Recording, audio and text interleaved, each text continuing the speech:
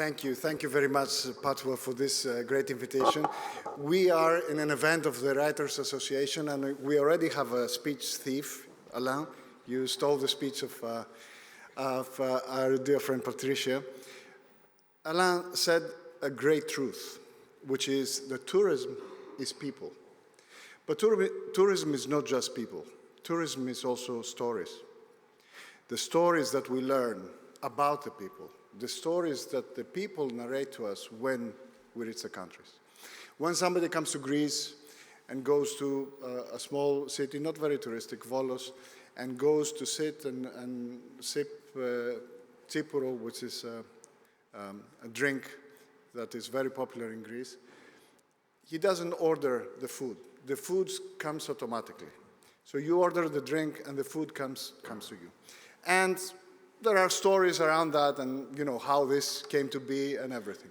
When you go on a safari in Africa, you don't just see an elephant.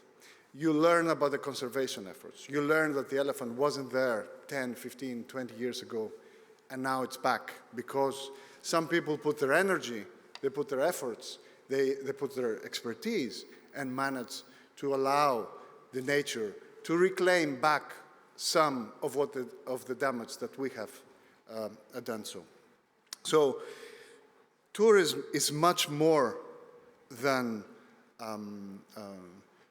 just a trip or AI picking up the itinerary or solving a problem that can be solved with AI. However, AI is going to be very, very important.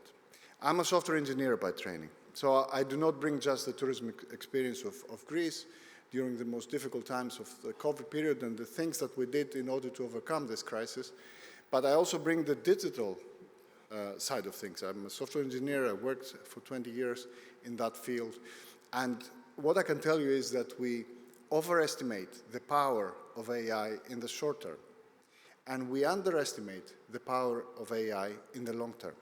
So AI will have profound consequences, and we have to understand those consequences as much as we can before they become a reality. Because we don't want to have the same issues like the ones that we have with sustainability right now. Because we underestimated the forces in our planet, the forces that shape the current problems that we're facing now. And suddenly, we have to talk about resilience much more strongly than we used to do before. I was recently in Jamaica in the resilience conference by colleague Ed Bartlett, and unfortunately, we have to now rush for funding, both for the transition of sustainability and to recover after all those calamities, whether it's the floods in Valencia, the fires in Rhodes, the earthquakes in Zagreb, or in the other places of the world. So we need to work together, and the reason why Greece is putting forward its candidacy for the position of SG of UN Tourism is because we need to unite together. I see here great nations struggling with the effects of sustainability, of non-sustainability, and not being able to solve them themselves. Those are larger than any nation on Earth. And unless we coordinate, we work together, we unite, we cannot find the growth that we all seek.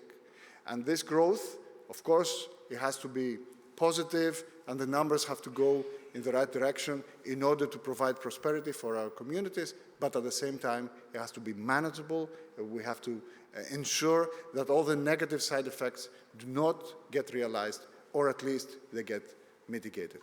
And of course, we can only do that if we have trust in each other and an organization that the member states trusted themselves. That's why transparency and those principles are the cornerstone of building that trust. So I think we have a great task in our hands in the next few years. But it's a challenging task, but it's also a great task because it will force us all to rethink our assumptions, to rethink the way that we have been operating, and it will force us to change our ways for the better, because unity is the highest value, and I think that unity we will be able to achieve it if we are to get to the destination which is a sustainable and just tourism community for all. Thank you very much.